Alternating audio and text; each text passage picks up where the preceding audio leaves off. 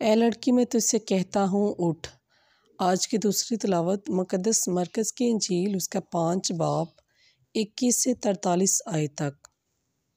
اور جب یسوع کشتی پر پھر پار آیا تو بڑا ہجوم اس کے پاس جمع ہو گیا، اور وہ جھیل کے کنارے تھا، اور عبادت خانے کے سرداروں میں سے یائر نامی ایک آیا اور اسے دیکھ کر اس کے قدموں پر گرا اور یوں کہتے ہوئے اس کی بہت منت کرنے لگا کہ میری چھوٹی بیٹی مرنے کے قریب ہے، تو آ اور اس پر اپنا ہاتھ رکھ تاکہ وہ اچھی ہو جائے اور زندہ رہے۔ تب وہ اٹھ کے ساتھ چلا اور بڑا ہجوم اس کے پیچھے ہو لیا، اور لوگ اس پر گرے پڑتے تھے۔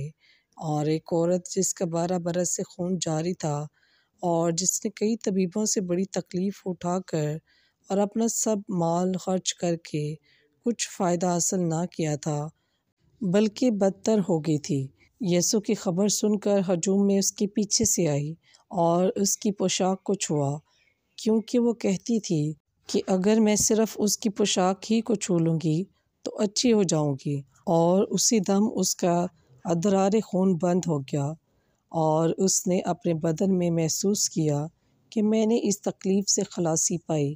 تب یسوع نے فوراً از خود جان کر مجھ میں سے قوت نکلی ہجوم کی طرف پھر کر کہا، میرے کپڑوں کو کس نے چھوا؟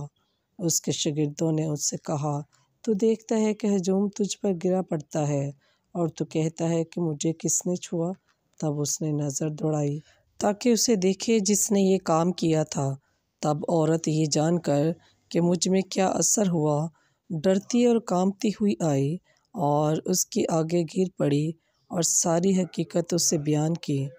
تب اس نے اس سے کہا، بیٹی تیرے ایمان نے تجھے خلاصی دی، سلامت چلی جا اور اپنی تکلیف سے بچی رہ۔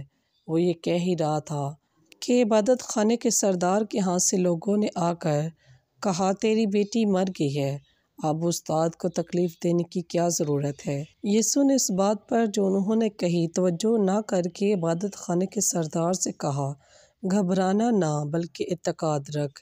اور اس نے سوائے پطرس اور یعقوب کے بھائی یوحنا کے کسی کو اپنے ساتھ آنے نہ دیا، اور وہ عبادت خانے کے سردار کے گھر میں آئے، اور اس نے شور و غل ہوتے اور بہت رونا پیٹنا دیکھا، اور اندر جا کر اس سے کہا، تم کیوں غل کرتے اور روتے ہو؟